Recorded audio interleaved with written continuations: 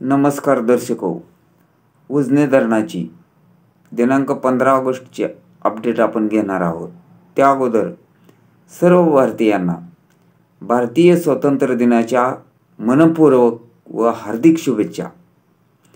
उजने धरणाने जो photo upload केलेला आहे तो तिरंगा कलरमध्ये आहे, तो आपण पाहू शकता साइडच्या स्क्रीनवर।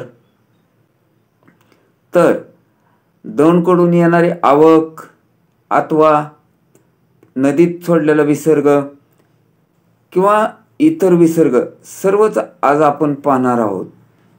परंतु सोलापूर जिल्ह्यामध्ये मोठ्या पावसाची प्रतीक्षा आहे। आपण वारंवार सांगत आलो आहोत, 2000 सालापासून सोलापूर जिल्ह्यामध्ये मोठ्या पावसाचे प्रमाण घटत चाललेले आहे आणि या घटत्या प्रमाणामुळे सोलापूर जिल्ह्यातील पाणी पातळी ही कमी होत आहे। त्यामुळे उजनी धरण हे भरणे अत्यंत आवश्यक झाले होते। अशातच उजनी धरण भरल्याने सर्व शेतकरी बांधवातून समाधानाचे वातावरण व्यक्त होत आहे। तर पाहूया उजनी धरणाचे अपडेट। त्या अगोदर आपण ATN मराठी चॅनलला सबस्क्राइब केले नसेल तर सबस्क्राइब करा व मिळवत राहा अशाच प्रकारच्या महत्त्वपूर्ण अपडेट।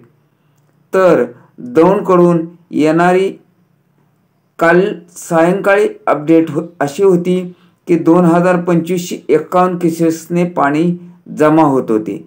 मात्र आता सकाळी 6च्या अपडेटनुसार ते 1991 क्युसेक्स पुन्हा झालेला आहे, म्हणजे त्यात पुन्हा घट झालेली आहे। भीमा नदी पात्रात अजून तरी कोणत्याही प्रकारचे पाणी सोडलेले नाही। मात्र भविष्यात भीमा नदी पात्रात पाणी जर वरून विसर्ग वाढला तर सोडावे लागणार आहे। सिनामाडा योजनेतून 180 क्युसेकचा विसर्ग सुरू आहे, तर दहेगाव उपसा सिंचन योजनेतून 80 क्युसेकचा विसर्ग, तर बोगद्यातून मात्र 400 क्युसेकचा विसर्ग आहे। तर कॅनल कमी करत 2 दिवसापासून पाणी बंद करण्याच्याच उद्देशाने कमी करत आहेत की काय असाच प्रकार चालू आहे।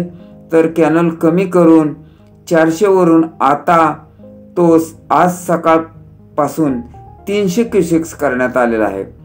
अशी उजनी धरणातून सोडण्यात येणारी विसर्गाची एकूण बेरीज जर पाहिली तर 960 क्युसेक्स आहे आणि आवक मात्र 1991 आहे। त्यामुळे धरणाची टक्केवारी 102.67% म्हणजे 103%च्या घरात झालेली आहे। तर उजनी धरणामध्ये एकूण पाणी साठा हा 118.66 TMC झालेला आहे। तर यातील उपयुक्त पाणी साठा हा 55 TMC झालेला आहे। पुन्हा एकदा सर्व भारतीयांना भारतीय स्वातंत्र्य दिनाच्या मनपूर्वक हार्दिक शुभेच्छा। चॅनेलवर नवीन असाल तर आपण पुन्हा एकदा विनंती करतो की अशाच प्रकारच्या ताज्या व महत्त्वपूर्ण अपडेट पाहायचे असतील तर सबस्क्राइब करा व एक लाईक अवश्य करा।